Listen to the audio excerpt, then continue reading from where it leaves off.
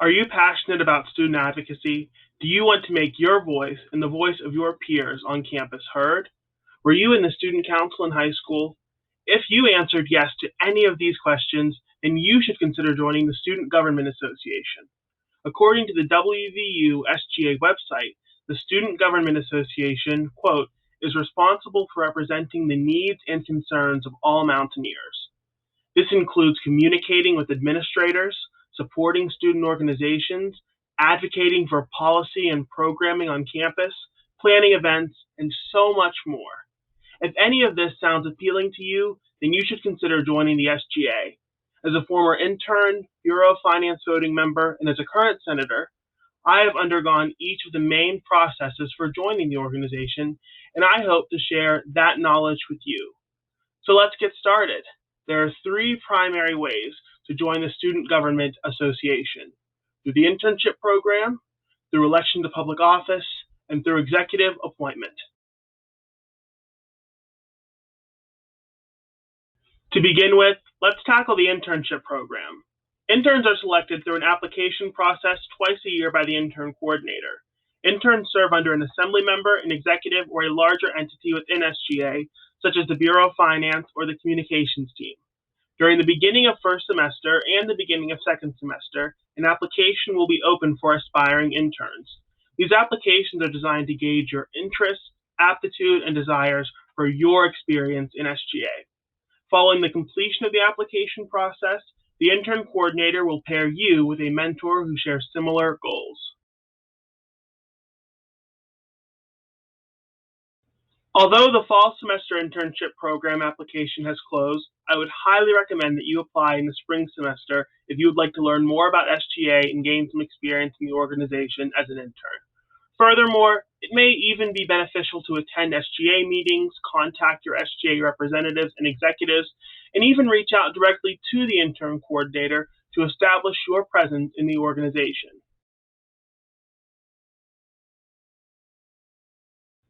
Next up, what about elected positions? The elected positions within SGA include the president, vice president, and the student assembly, which consists of senators at large and college senators. Beginning in December, presidential and vice presidential candidates will announce their intentions to run for office in spring elections. They do this through the formation of a ticket, which is essentially like a short-term political party during the election season. If you want to lead a ticket, then you will select your campaign staff, which can include a campaign manager, an outreach coordinator, a public relations director, a finance director, volunteers, and any other positions that you think may be able to help you during active campaigning, which is the week leading up to the spring elections. You are also responsible for selecting the senators whom you would like to run on your ticket as well. Senators can either run on a ticket or as independents. By running on a ticket, you may have more support and guidance from your ticket during the election, while as an independent, you would have more control over your messaging and campaign. If you would like to run on a ticket, you should reach out to the presidential and vice presidential candidates leading the ticket after they announce in order to signal your interest, after which they may ask to set up an interview to discuss your ideas. Regardless of whether you are an independent or a ticket candidate, the SGA Elections Committee offers multiple election information sessions to help guide the candidates. Furthermore, make sure to familiarize yourself with the Elections Code, as there are restrictions regarding campaigning, campaign finance, the number of senators on a ticket, etc.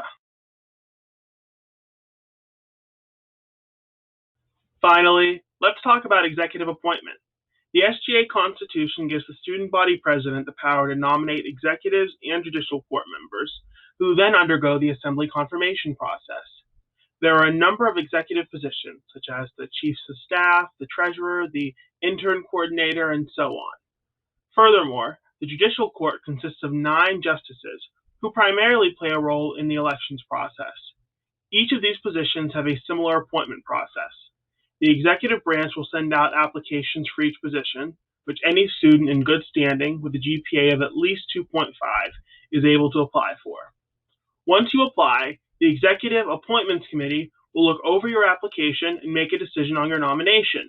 If selected, the president will nominate you for the position, and you will undergo the assembly confirmation process, where you will be required to submit a resume and answer any questions that the senators have regarding your confirmation.